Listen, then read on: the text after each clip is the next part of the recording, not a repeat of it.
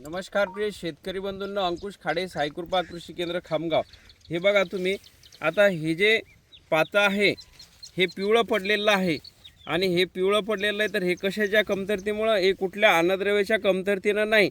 हे आपण ओढल्यास बघा बुरशी, फंगस, म्हणजे याच्यावर जी बुरशी आहे हे बघा, लाईव्ह बघा तुम्ही। आता हे फंगस, हा याच्यात फंगस वाढलेला आहे। ही जे पांढरा आहे हा फंगस वाढलेला आहे। ही बुरशीमुळं याची गळ होत आहे आणि ही जी बोराच्या साईज एवढी छोटी, हरभऱ्याच्या साईज एवढी गळ असेल तर शेतकरी बंधूंनो जास्त प्रमाणात नुकसान होते।